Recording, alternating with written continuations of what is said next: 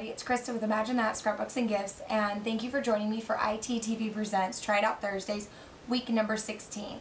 On today's little video, what we'll be doing is making this cute card using some Great Bow Bunny products and some buttons. I love putting buttons on all sorts of different projects. They add great texture and a nice little element of whimsy. So that's what we're going to be making today. But before we do that, we've got a couple of things to do. First, I need to pick a winner from last week's ITTV Presents, week number 15. And our winner is Miss Sharon Block Harris. Miss Sharon, if you'll please email us at imaginethatscrapbooks@yahoo.com, we'll make sure you get your prize.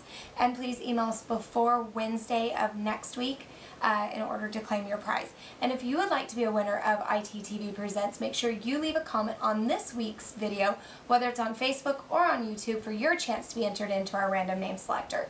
Alright, before we get started, we do have one more thing to announce. Don't forget, this week's coupon code is BUTTONS. Again, this week's coupon code is BUTTONS. That's available online or in store. Alright, let's get ready to make this card. Okay, so for today's card, we are going to be working with buttons. So what we're going to do is go ahead and get some things started here. And of course, I like to use border punches, so let's just do a fun little border on the end of this piece right here. And this is a Martha Stewart border punch. Definitely make sure to go check out other videos. We do have some great videos where I use these quite a bit. Alright, and that just gives us a fun little border. Alright, so let's go ahead and adhere this onto our card.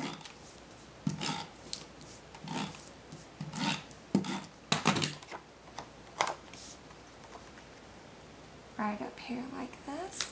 This is a really pretty line by Bow Bunny. I just think it has some great colors in it. Alright, now I like to fake my buttons, meaning a lot of times I put my buttons on the card with some twine, but I don't actually run the buttons through the twine. That would take a little too much precision for me. So what I'm going to do is put some Zots on the back of the card, put the twine like this onto the card, and grab the Zot in the back. We're going to do that a couple of times. I do it this way because I feel wrapping it around the card, you're just kind of wasting that twine and you're not going to see it. Plus, this allows you to have a little bit more freedom with how you place your twine on there. Let me loosen that one a little. And that allows you to do some zigzags or make sure that they're on there the way you want them. Okay, so now we have our twine on there. So now what we're going to do is actually place some of our buttons directly onto the twine. Let me loosen up a couple of these. The other nice thing about doing it this way is if you do get it too tight, you don't have to unwrap the entire card in order to make your paper lay flat. Okay, so now let's go ahead and adhere this down.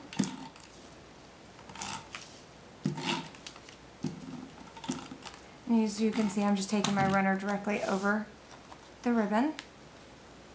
We're going to place this right in here, like so. Alright. Okay, so I already have some of my buttons threaded, so you didn't have to watch me do that. So now we're going to put Zots on the back of them. We're going to place them onto the twine. And this makes it look like the button is actually going through the twine, but I didn't have to try to, like I said, figure out the placement and that, yeah, too much of a thought process. So anytime I can cheat and achieve the same effect, I'm going to. So we're just going to adhere those down with some Zots. I'm going to show you how I did that. So I've already cut my piece of twine here. And this is a twine by My Mind's Eye from the Lime Twist collection. There's all sorts of different twines out there. Basil, We Are Memory Keepers, My Mind's Eye, Bow Bunny. I think they've all kind of done some twines. So what we're going to do is thread it through our button.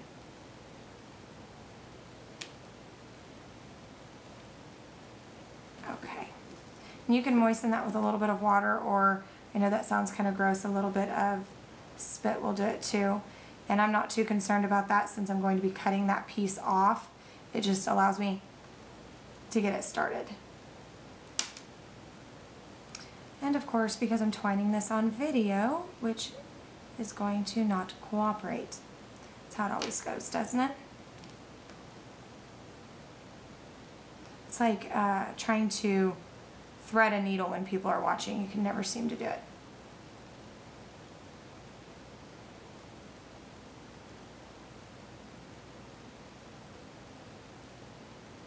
Okay, now this one I'm going to have tie in the front, so I'm actually going to take this other piece here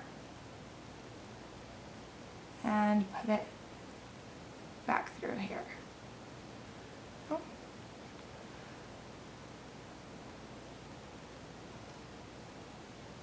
Maybe.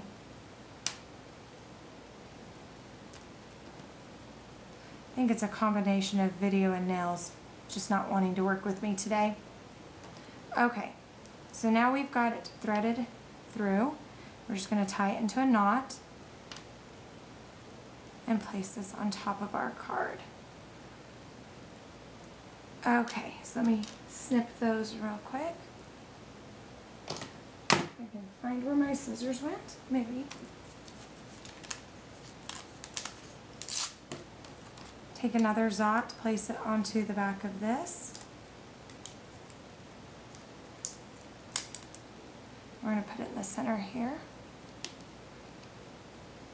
And then I'll trim those. Alright, so let's add some little embellishments. These are layered chipboard pieces. Bo Bunny comes out with these quite a bit. They're fun to work with because they're a great dimensional embellishment that have lots of pieces to them to include rhinestones, layered chipboard, a little bit of everything. And I'm going to be popping some of these up on here.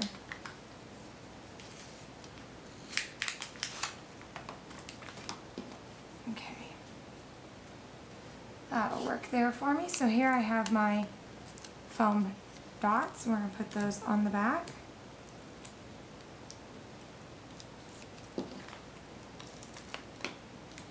And you can put as many or as few as you like. I tend to always just do the 4 corners. Oh.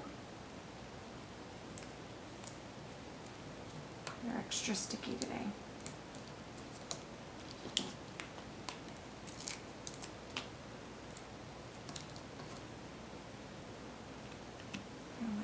Right there, and I think I'm going to tuck that one under there.